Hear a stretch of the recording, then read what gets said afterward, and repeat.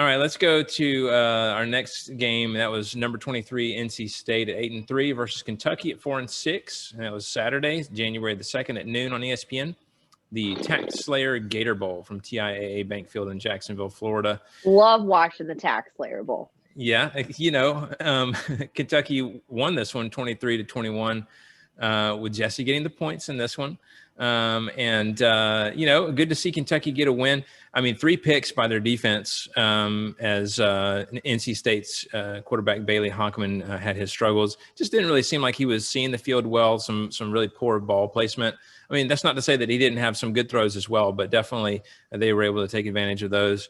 And then Kentucky running backs, Rose, Smoke, and Rodriguez all just had a day running the ball. It seemed like every time I turned around, they were just, running through gaping holes. And credit to, as they call them, the blue wall of Kentucky, the offensive line there. I know they're really proud of that there. And as a Tennessee fan, you better be careful naming your offensive lines. Just saying. Yeah. You're looking at you, Tennessee Valley Authority. Well, that's true. That's true. So, credit to NC State. They battled back at the end, but it was a little bit too little, too late as Kentucky was able to recover the onside kick to end the game. Which, by the way, did you guys see the flop by Kentucky defensive back Brandon Eccles? Oh, man, the best flop ever. It was so funny. It's so fantastic. If you haven't seen it, go look it up because it's worth a few moments of your time. No it's hilarious. Soccer player has even done that bad. Well, I think it was almost to the point where he knew how ridiculous it was, and he was just going with it. He was just like, "I'm just gonna do my best acting here." So, lay face down and don't move. Yeah, and he had the teammates running over there trying to resuscitate him and stuff. Are you okay? Are you okay? Like, it's ridiculous. The guy he literally just. Yeah. Tapped on his shoulder. It was.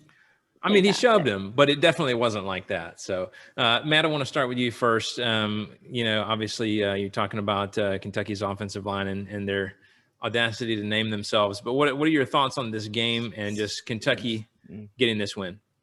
I'm just telling you, it's a bad idea, fellas. You may want to calm down with that kind of talk because the last time we did that, it didn't end well because the very next game's when we started our skid. But that being said, kudos to Kentucky. Kentucky didn't have the most successful season this season. A little bit of success here, but I mean, you finished the season 4-6 in a 10-game SEC season. It's kind of iffy. But you beat an 8-3 NC State team. I'd call that a dub. NC State's a decent football program.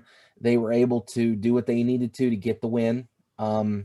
And that's good. It's, again, something else that Kentucky can build on. For the last couple of years, we've been looking at Kentucky and saying, hey, they're getting better and better and better. This might have been a step back this year. But, again, you finished the season with a good bowl win over a solid team. I consider that a success. Mm-hmm.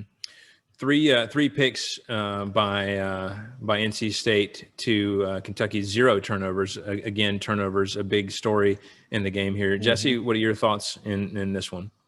Yeah, I mean, I think you just kind of hit the nail on the head. You can't have 3 turnovers and expect to win a ball game. And that's great on Kentucky for being able to get those turnovers, being able to force them into also pay attention and grab those turnovers. I think that's huge. That's something that you have to be able to capitalize on because, yeah, you can absolutely get those turnovers. But if you don't do anything with them, you're still never going to win a ball game.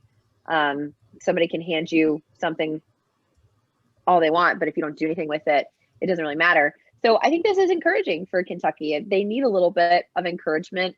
We've said it all season. This season's going to have an asterisk next to it, and I'm sure the coaches will remind everybody of that when they're recruiting. But I think this is a little bit of encouragement for them and hopefully can help them continue to recruit and do better next season. Because last season, I think we were a little encouraged by them. This one, not so much. But I think the talent's there, and I think that it's not super hard to recruit to Kentucky. I think it's a fun place to go. It's a fun school. So hopefully this is what they needed to get recruiting kind of sparked for this year. We'll see how that goes because some interesting transfer portal news coming out of Kentucky recently that we'll talk about in our news segment. So interesting.